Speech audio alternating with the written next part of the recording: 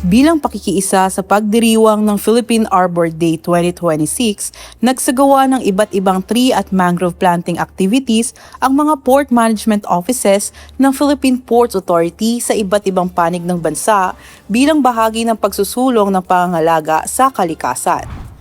Sa Bohol, nakiisa ang Terminal Management Office Talibon sa mangrove planting activity sa Barangay Puerto San Pedro, Bien Unido, kasamang DNR Senro Talibon at iba pang ahensya ng pamahalaan bilang bahagi ng temang Ikaw, Ako, Tayo ang Kalikasan. Sa Masbate, nakilahok ang mga kawani ng PMO Masbate sa mangrove planting activity na pinangunahan ng DNR Senro Mobo.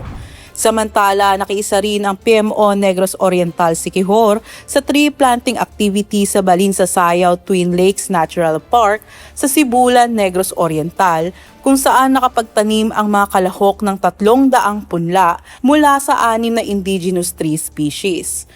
Nakilahok din ang TMO Larena sa hiwalay na tree growing activity sa Larena, Siquijor. Samantala, nakiisa rin ang PMO Misamis Occidental Ozamis sa pagtatanim ng mahigit 3,000 mangrove propagules sa mga baybaying lugar ng Clarin.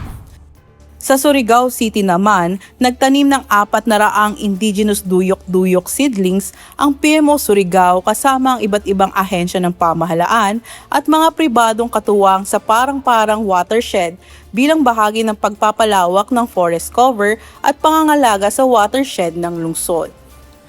Ayon sa PPA, ang mga gawaing ito ay bahagi ng patuloy nitong suporta sa mga programang nagpapatupad ng environmental sustainability, climate resilience at pangangalaga sa likas na yaman para sa susunod na henerasyon.